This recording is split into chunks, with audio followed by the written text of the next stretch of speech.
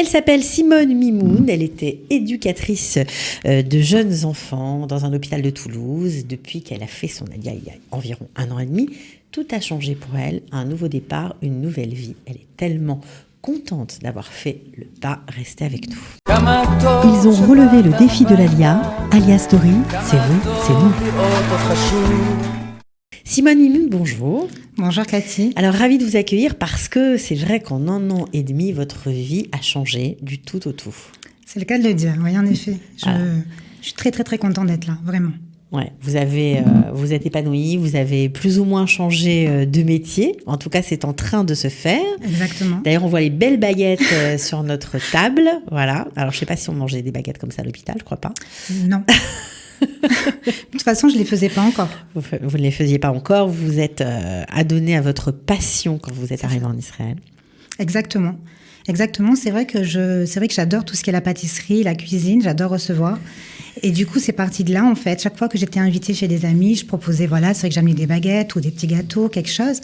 Et du coup, je me suis dit, pourquoi pas le faire aussi... En tant que job. Exactement, voilà. Exactement. Donc, c'est vrai que c'est pas forcément facile pour l'instant parce que voilà, j'ai pas le matériel adapté, exactement.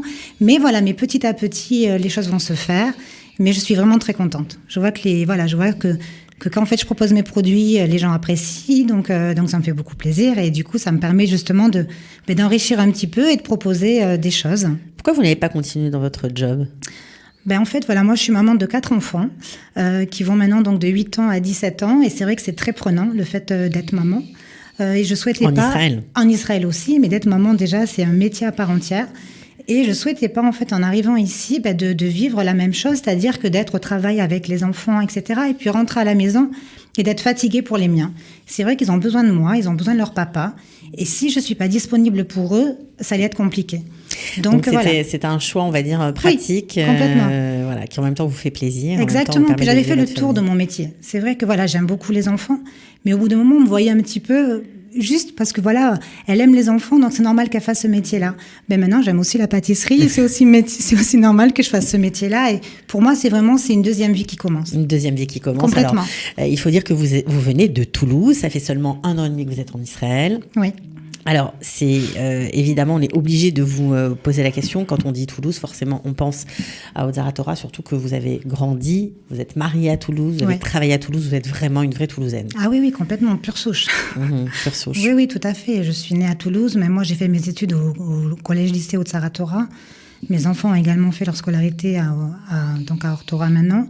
Les petits, donc au complexe éducatif Ganrachi sur Toulouse. Oui, tout à fait. On a grandi dans cet univers. Et vous avez vécu cette tragédie ? On a vécu cette tragédie complètement. De près ?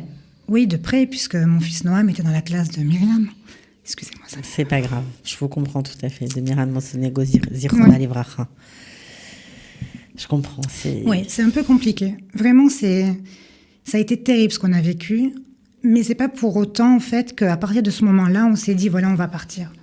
On avait notre vie à Toulouse, les enfants étaient intégrés dans ce groupe scolaire, etc. Ils avaient leurs repères, ils avaient leurs copains, leurs copines. C'est vrai que Toulouse, c'est une petite communauté. Et du coup, ce complexe éducatif, en fait, qui a été créé, donc avec la crèche, avec le primaire et avec la maternelle et le primaire, en fait, les enfants ont tissé des liens depuis leur plus jeune âge. Bien sûr. Un petit peu comme ici, les gens peuvent faire l'armée. Donc, c'est vrai qu'il y a des liens très forts qui se créent. Mais nous, ces liens-là, ils se sont créés depuis la crèche. Et donc, Noah, mon fils aîné, donc, a été le premier à être justement dans cette crèche-là. Donc, il a grandi avec ce groupe d'enfants, notamment Myriam. Il était dans sa classe. Oui, elle était dans sa classe. Et du coup, ça a été terrible. Voilà, même s'il n'était pas présent sur les lieux, il a vécu ça comme une perte. Il a perdu une élève de sa classe. Je pensais jamais que... Voilà, mon fils va faire 17 ans. Je pensais jamais qu'il puisse se dire, maman, voilà, j'ai perdu quelqu'un de ma classe. Parce qu'elle était juive. Ouais.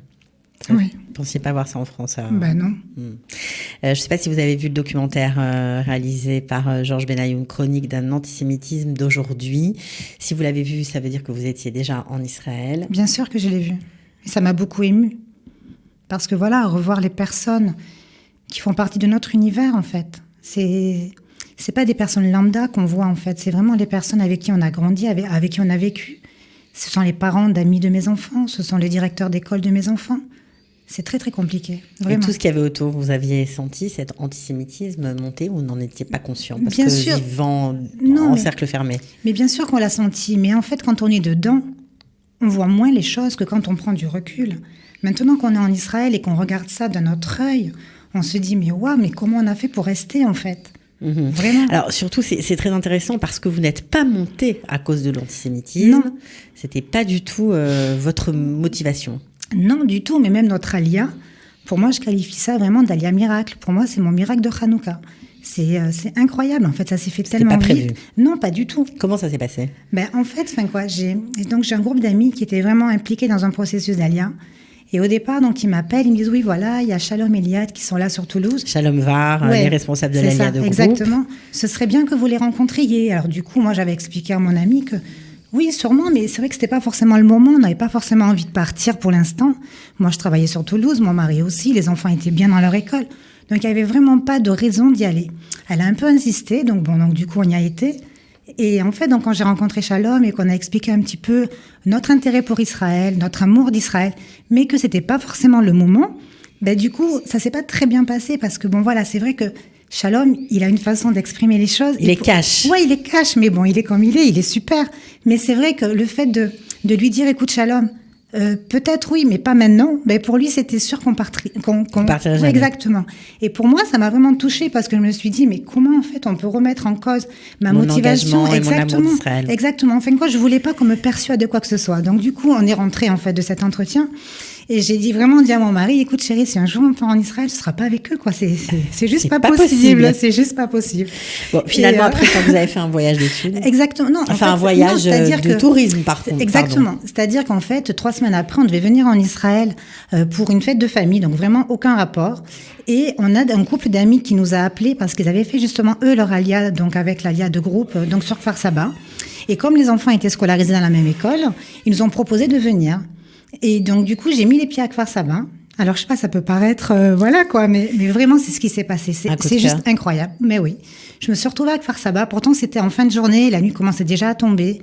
Il y a une place très sympa qui est le Canyon Harim, avec des petites murailles un petit peu comme Yerushalayim. J'ai vu juste après, il y avait un conservatoire, il y a une bibliothèque.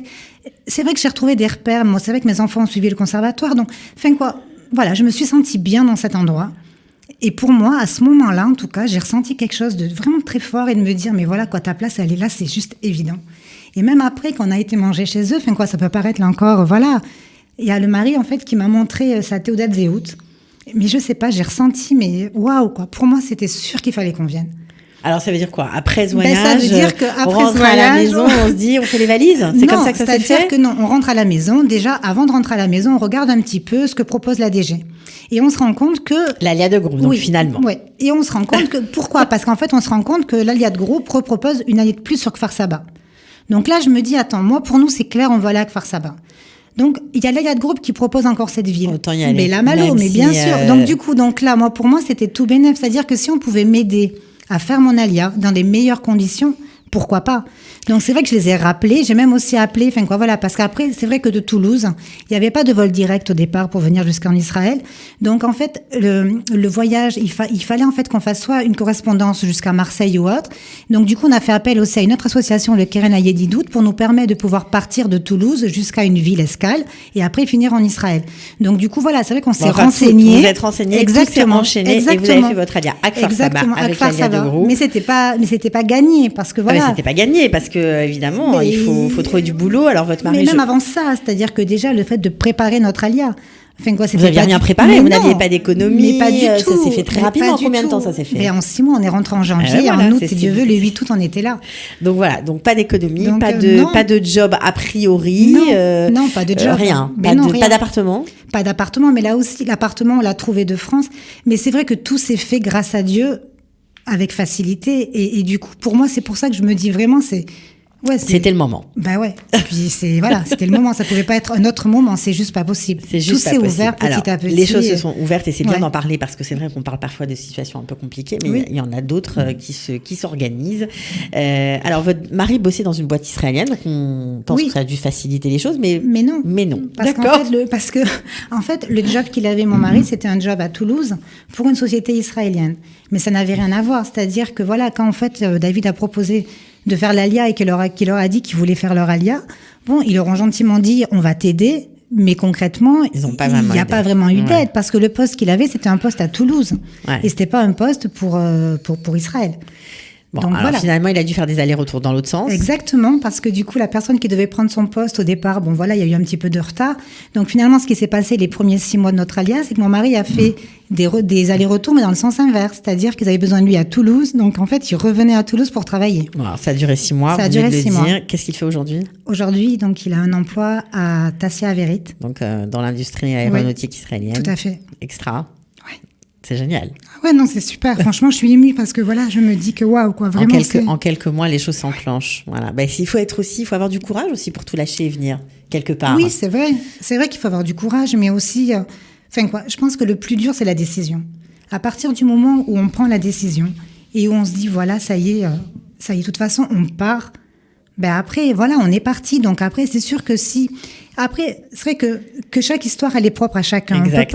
On peut pas transposer le ressenti de quelqu'un sur quelqu'un d'autre. Chacun sa chance. Exactement, c'est sûr. chacun sa chance. Mais c'est vrai que voilà, il faut avoir aussi un état d'esprit. Il faut être assez ouvert. Et puis sourire et puis dire merci. Alors bon moi, d'être là. dans toute votre histoire, Nalia, il y a un truc qui m'a émue. Alors c'est sûr, les enfants, vous allez nous en parler, etc. Mais c'est vrai que quand on monte sans famille, on se dit que les copains de la Alia, eh bien, ça devient une deuxième famille. Je l'ai souvent dit à ce micro. Mais alors vous, c'est encore plus sympathique comme histoire parce que vous étiez au super à Rami Lévy, pour pas faire de pub. Tout le monde se reconnaîtra, en tout cas tous ceux qui habitent ici. Et vous avez commencé à brancher une femme, tout simplement. Vous avez commencé à lui parler avec vos 3-4 mots d'hébreu. Exactement. Et c'est devenu une alliée fidèle, quoi. Ouais, maman israélienne. Complètement. Safta israélienne pour les enfants est juste exceptionnelle, là encore. Alors, vous l'avez demandé quoi la première fois que vous l'avez abordée ? Du coup, je faisais mes courses avec une amie et c'était à l'approche des fêtes de Tishri. Et puis, évidemment, j'adore la pâtisserie. Donc, je voulais faire mes petits gâteaux, mes macrounes, mes cigares, etc., mes croquants. Et du coup, je trouvais pas tous ces produits-là. Et puis, en même temps, on arrive à Rami Lévy, les rayons, etc. Faut arriver à trouver ses repères là aussi. C'est quand même pas facile. Au début, donc, ouais, du coup, voilà. Mais j'ai même pas regardé à qui je m'adressais. La vérité, je sais même pas. Et du coup, je vois une personne qui était à côté de moi et je lui fais Slicha Geveret. Animé frappé scène machou. Alors je commence à lui expliquer un petit peu avec mes mots, etc. Et puis du coup, elle pose son chariot. Il y avait son mari qui était là, qui gardait le chariot. Et on a fait le tour de Rami Lévy. Elle a commencé à me montrer un petit peu les produits.